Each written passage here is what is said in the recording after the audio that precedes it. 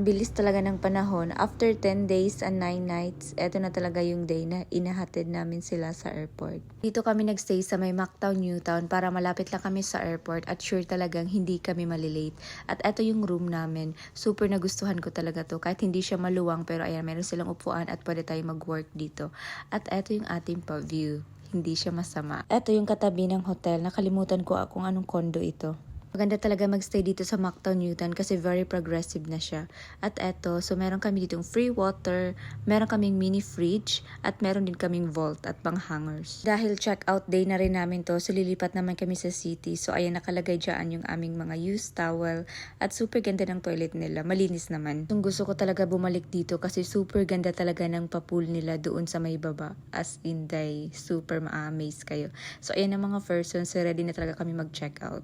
Nag-rent din kami ng sasakyan para mas komportable yung mga in-laws ko. Do hindi naman to yung malaking sasakyan, at least, 'di ba? Super mabilis talaga ang panahon, hindi namin namalayan. Parang kasal pa lang namin, tapos kinabukasan, ayan, mag-start na sana kami gumala dahil. Pero dahil nga stress and beauty, so hindi muna nakagala ang Frozen. Gawa ko talaga yung best ko dahil na maka-recover. At least hindi naman fully recover, pero at least dahil maging able ako dahil para naman, di ba? Meron akong energy, nasa katauhan talaga ako dahil na maigala ko sila. Kasi iba talaga yung feeling, girl. First time nila dito sa Cebu, kaya talagang minaximize namin yung oras nila at mukhang nag-enjoy naman sila sa aming pagtutour do hindi talaga lahat namin inabisita. Ito na ang reality, nakarating na kami dito sa may airport.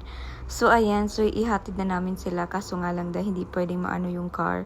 So hindi kami na makakasama doon sa loob. Hanggang dito lang talaga kami, so dito lang kami kakaway-kaway. Kasi nga super strict, bawal iiwan yung car, kaya ayan.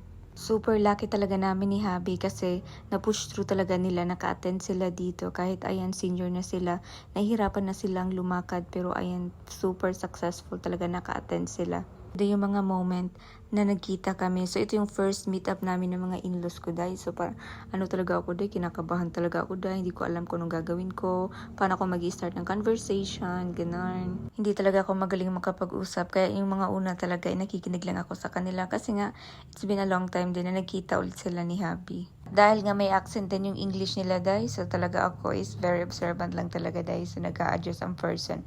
So nag-speed din ako ng very light. Layo-layo pa talaga yung biyahe nila kasi after here sa Cebu, pupunta naman sila sa India. So doon naman sila mamamasyal and then uwi na sila sa UK. Dahil yan si Nirja, mahilig talaga yan siya mamasyal, maglakad-lakad. Yan talaga yung secret kung bakit mahaba ang buhay. Kasi ilang taon na sila, dahil 70s. At yun lang yung pagganap natin for today's mini vlog. So sana nagustuhan nyo. Huwag niyong kalimutang mag-comment, follow, and see you again on our next travel videos. Bye!